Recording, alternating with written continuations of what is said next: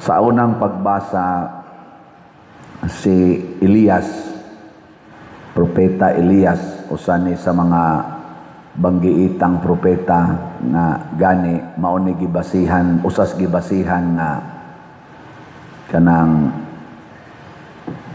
pag-ila sa Mesiyas kay gidaman ni si Elias og katong chariot of fire ngadto sa langit o man ni siya mamatay. Unya ningon nga mobalik siya sa samang paagi. Mag-una usa si Elias, makit-an sa mga tao, unya mosunod dayon ang Mesiyas. Unya pag-abot na ni Hesus, ningon siya ang Mesiyas, wa man ibalik si Elias, pero para ni Hesus, si Juan nga magbubunyag, mao si Elias. Inana, so dili pariha og naong, pero maora ang purpose, mission. Karon sa ato mosakas langit si Elias, nagkabangi sila og ang hari nga si Akas or Ahab. Akab ba to? Sa English, Ahas. Si hari sa itong nga na to niya. Akab, naghimo siya mga desisyon nga sukwahi sa desisyon sa Ginoo nga gisangyaw ni propeta Elias. Kay kani manggo mga propeta kun sa ato pa na dinhi ba sa atong kanaganing sit up sa nasod, ang hari sa Israel mao na sila ang executive department, executive ba, presidente ana. Unya ang mga propeta mauto sila ang legislative, kay sila may tig-interpret sa balaod at tighimog balaod, design og balaod. Unya dayon ang Ginoo mo ilang Supreme Court. Na niya kinsa may tig report sa decision sa Supreme Court, ang ang mga propeta. Mao to nga siging badlong si Elias sa hari atong panahon nga si Akab ug sa iyang asawa nga si Jezebel ba to? Sige siyag badlong, naglagot ang hari kay ang hari manggod mi desisyon man nga adto na siya moampo katong Dios sa mga pagano nga si Baal. Nya si Baal mao na ilang gitawag og Ginoo sa kaning kinabuhi, sa pagpanguma, sa tubig, sa panahon, murabag ang nagbuot, di ba, pareha karon naaman sa tayo mga tinuhuan nga maghalad-halad ngadto sa uma para sa Dios sa uma, ngadto sa mangga para sa Dios sa mangga, adto sa sapa para sa Dios sa tubig. Namo ana? Wa mo ana? Sounds familiar. Napag karon kanang magpa-blessing og balay, magpa-blessing og sakyanan. Unya inig-adto nako, inig-blessing nako ang balay naa nay mga gipahid nga mga dugo ba? Mga dugo atos bongbong, atos CR, may mga dugo. Yan nasa yung mga sakyanan nga magpa-blessing dinhi gani. Kapila nako naka-blessing, igtan-aw nako igdayng blessing, nanay dugo nga gipahid sa bongbong sa sakyanan, aris ligid. Mao na sila yung mga buangon.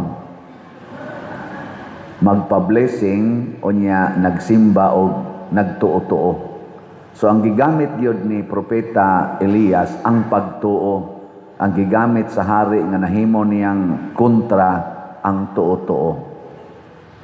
Og niabot ang panahon nga dideklarar ang hari nga si Elias persona non grata. Kana bang dili na siya dawaton. Naghimo og mga mini nga propeta si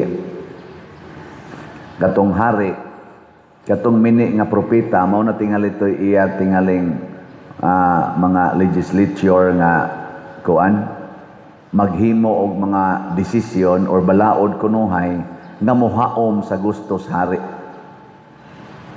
o si Elias na lang usa maoy nahibilin. Mao tong kanirong atong unang pagbasa sa kahiubos ni Elias, nihangyo siya sa Ginoo, ayaw na paulan na. Unang wa kauwan og 3 ka tuig didto sa yuta sa Israel. Ningon sigud siya diri, samtang buhi ang Ginoo, ang Dios sa Israel nga akong gialagaran, walay yamog ni ulan nga moabot sulod sa pipila ka tuig gawas kon akong paulanon. Pagsulti ani ni Elias, purting lagutas hari og iya ng patyon si Elias. Mo tong giingnas Ginoo, hala sibat pahawa nya tago dito atong sapa sa atong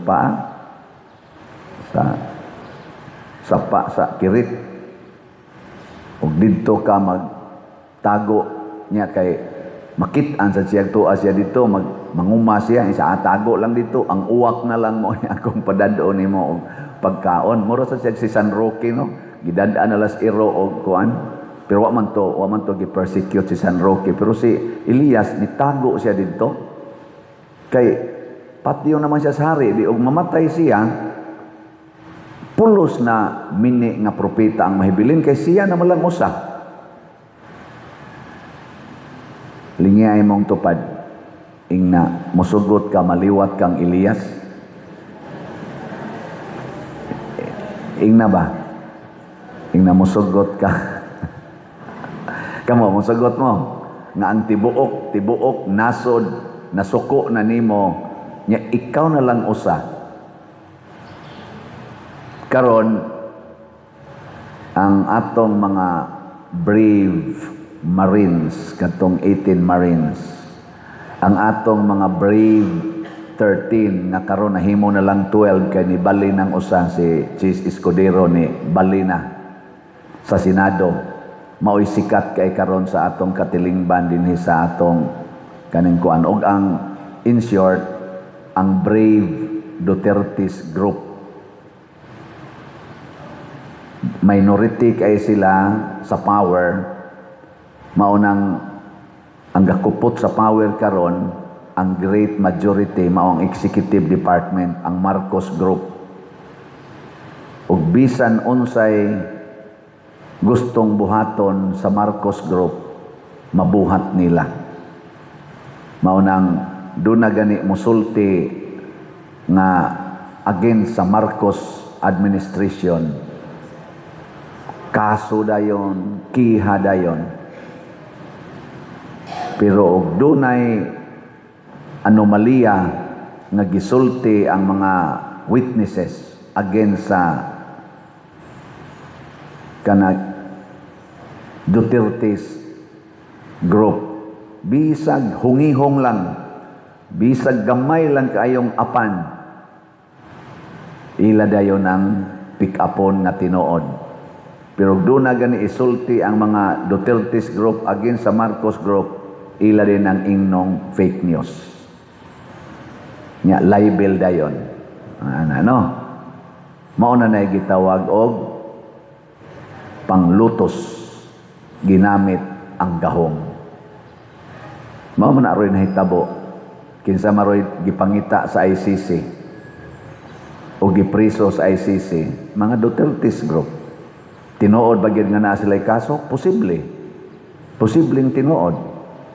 Pero ikumparar nimo sa mga malitang kwarta nga gidawat, nga gisulti sa ato mga 18 Marines, gisulti ni Saldico, gisulti ni Gutesa, ang mga taong na-involve aning malitang kwarta, kana lang usa, malitang kwarta, pero gamay ra na nga porsyon kanang mga napicturan nga mga malita o gisulting mga malita sa tinuod nga nawa nga kwarta sa atong nasod. Trillions ang nawa. Ang kanang mga malitang kwarta, kung subay-subayon, moabot ra kunog mga 800 billion. Wa kaabot og 1 trillion. Pero ang nawa na to, trillions. Dili lang 1 trillion. Wa gyud mo tuo. Ug wa gyud mo file og kaso anhi aning mga tawhana nga natumbok nga maoy nidawat aning mga malita. Daghan kay na sila, tanawa social media. naa na diha tanan. Pasalamat ta sa ato karong mga vloggers kay maisugo nilang gipost o sa ato sang mga nihimo sa mga hearings, maisugon sa nilang gihimo para lang yun ma-express, ma-expose unsay gustong isulti niining mga tao nga naay gustong isulti. O balanse paunta ang atong pangagamhanan karon, dili unta nila gamiton kanang mga gitawag og persecution o kanang bend the law, bending the law. Mao to'y gibuhat ni Hari Akab, bending the law. Ningadto siya sa mga pagano. Nya unsa may nakabend sa atong law karon? Nganong nahiwi mang atong balaod tungod sa kwarta. Lingay mong tupad ingna di ka mahiwi sa kwarta. Di mahiwi kung naay kwarta. First year pa ko college, 1983 or 84, na member man ko og kanang mga organizations nga gitawag og leadership training. Nya ang among founder ato usasad ka mohimo sa advokasya para sa politics, para sa balaod. Nakadungog ko ato for the first time kay di man kay ko involved pag high school sa kanang mga aktivista inana dito na ko sa college ni apil-apil. Nakadungog ko niya nga niingon pag seminar namo nga ang Pilipinas tulid og balaod kay against pamanto panahon na sa Marcos Sr. na amantoy martial law. Antong panahon na under tos martial law. Niya ang iyang sulti siya ang mga balaod sa Pilipinas tulid pero butangan gyud nimo kwarta dali kay mabawog. Tulid kuno ba atong balaod pero butangan kwarta mabawog lang dayon. Tuo mo dili. Kana mao na. Kanang kwarta mao gina siya ang dako kaayong kontras Ginoo. Gideclare na sa ni Hesus dinhis Pilipinas. Pilipinas dinhis kalibutan nga niingon siya, di gyud mo makaalagad sa duha ka agalon, di pwede ninyong alagaran ang Ginoo ug ang salapi. Ang kwarta muna kanang mga taong mangwarta mabawog gid ang ilang kinabuhi. Karon lang grupo diha sa ato mga politicians ari lang abisan sa mga pare. Aritas mga kami sa simbahan. Sa una daghan kay magrally against corruption. Apil ang simbahan, kami rally sad mi. Katong corruption ba? Una, mao tong naka people power bitaw ta, apil mang simbahan ato against man tos corruption. Pero ang corruption ato billions pa nang gihisgutan. Karon ang corruption trillions, why nagrally? Why nagrally nga katong gasigig rallies una ba nahilom karon? Isa may magsigig rallies una, katong mga kuan. Sa nga mga related diri mga yellow, mga liberal, mga sa tong kuan labang anhing presidente Cory Aquino ba nga mga grupo. Mo to'y kusog moralib. Hangtod gani pag-abot ni President Duterte, mag-rally pag yun ang ilang mga members. Magsigit to silang ingon panahon atong panahon na mag-rally. Never again, never again. Kinsa ilang inong never again? Marcos. Pag kuana, karon na daghan kay mga reklamo against sa atong administrasyon nga Marcos gyapon, Junior, wa na sila mag-rally. Masaman, unsa kay pasabot ani na bend ang baruganan? Ang solid 13 sa Senado ningon sila di gyud may mo solid. Tabok bitang usa. So bend oy. Mao na karon mabawog gyud ta basta ana ng kwarta. Hasta mga pare Tanaw niyo na ako din sige kung bawog-bawog. Posible. Posible ay. Butangi ko no dirig mga pila kamalita. Natog mabawog ba? Mao na diri sa atong ebanghelyo gaun na gyud sa 8 beatitudes. Kaning 8 beatitudes nga gitudlo ni Kristo mura na siya sentro sa atong kinabuhi. Basic and core guiding principles how to enter heaven. Kung gusto tang malangit, kining 8 ka beatitudes nga gisulti ni Kristo mao ni ang guide. Ug unsa may gauna, bulahan kamong mga kabos sa espiritu. Dili lang kabos material, kabos pagyod sa espiritu.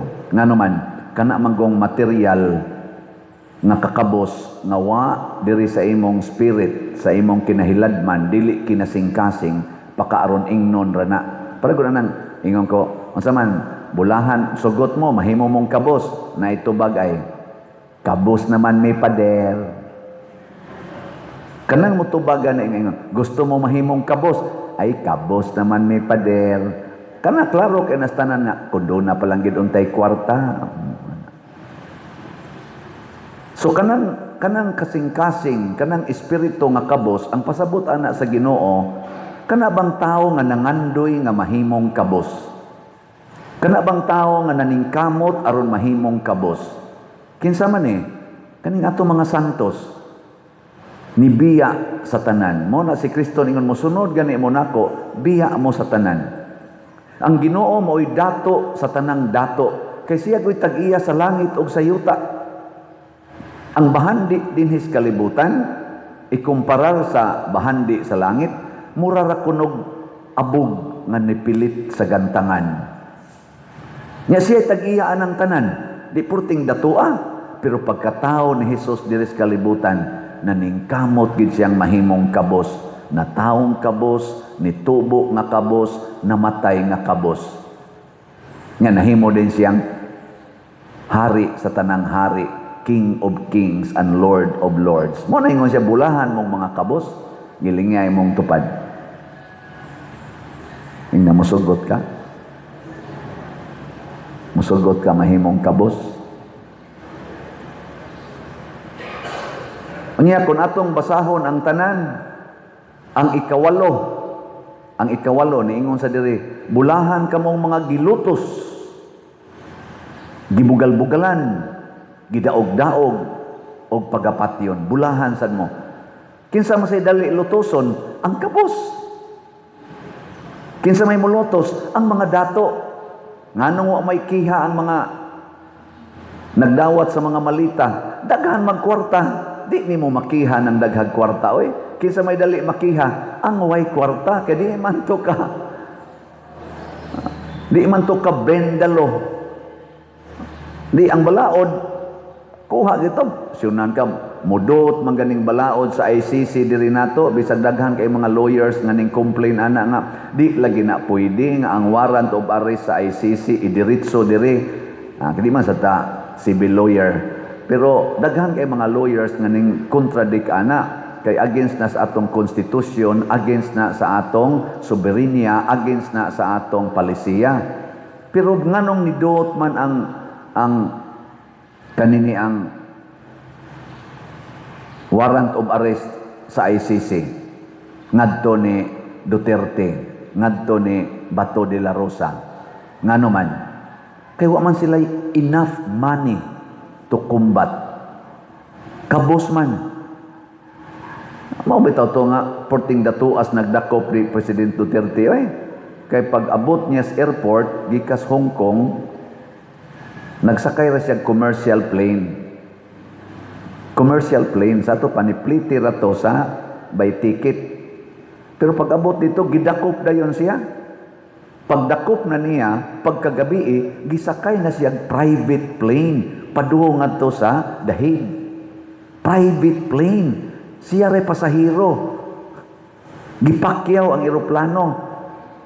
Dinhi magkabuang ta kanang na atong mga youth diri mingon Father na may seminar pwede ta magpakyaw og ban dakuan gastuha oy ban palang daan atong pakyawon mura magdako kay gasto kadto plain sa porting datua sa nagpadakop ni President Duterte.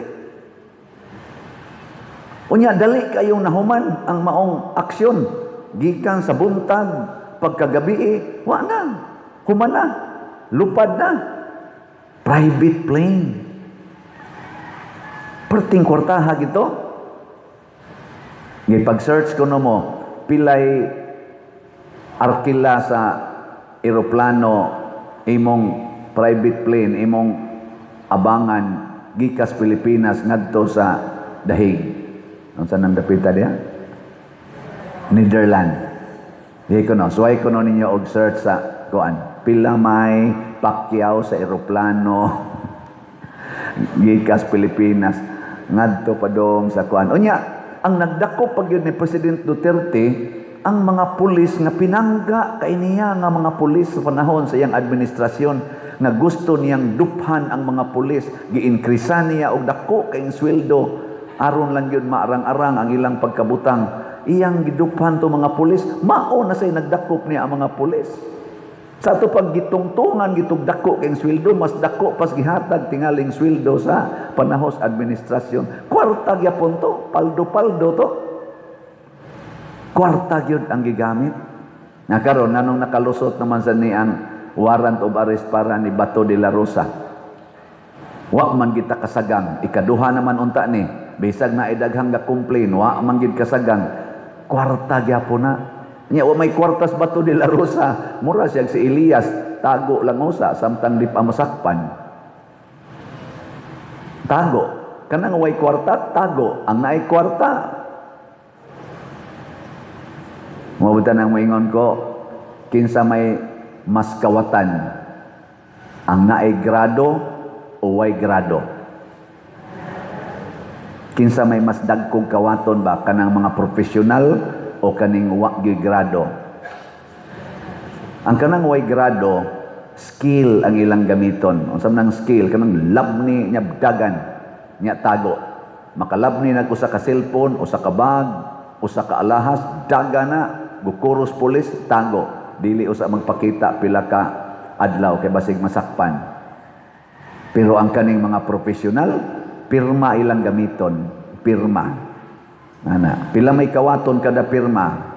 Pinakagamay ginang 1 million, ngadto na nas 1 trillion. Ana, sige pirma. Mudagan dili, maglingkod ra. Maglingkod ra na sila, nya di kurbata na, barong na sila, nindot kay na. Unya mosakay pa na sila sa ilang sakyanan, napay mag-una ana nga ang mga patrol car magsige or mga motor-motor mga wang di anang daan kay mo counterflow sila kay magdali, di sila motipon diri sa traffic kaayo. Magdali na sila kaugalingon nilang lane, special lane. Ana, nganong magdali man sila kay tuan na say pirmahanan dito sa unahan. Unsa naman sad to? Kahawat na sad. Ana. Mga igsoon, ang kamatuoran matud pa ni Kristo mo'y mohatod nato sa kaluwasan.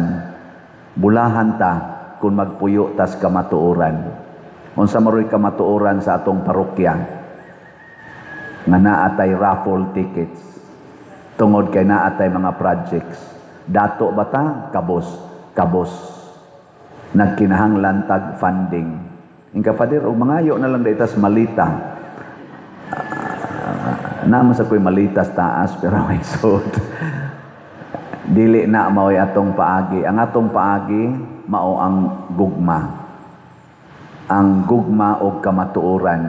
Hatag mo diri og donation, mo palit ta og kanini ang ticket gikan sa atong kwarta, dili nato kinawat. Ayaw mo pangawat aron lang ipalit og raffle ticket. Pero kung gusto gyud mong mangawat, tudluan ta mo unsaon pagpangawat nga dili mo kasala. Unsaon man? Kawati ang imong kaugalingon. Ang imong budget sa pamahaw o paniudto, kawata na, ayaw na gastuha, tiguma na siya, unya, ay nalagkaon sa pamahog paniudto, panihapon na lang nya kaning duha nimo kakaunan ang budget nimo ana tigom-tiguma hangtod moabot og 200 pesos nya ipalit dayon og ticket. Kinawat to nimo gikan sa imong kaugalingon.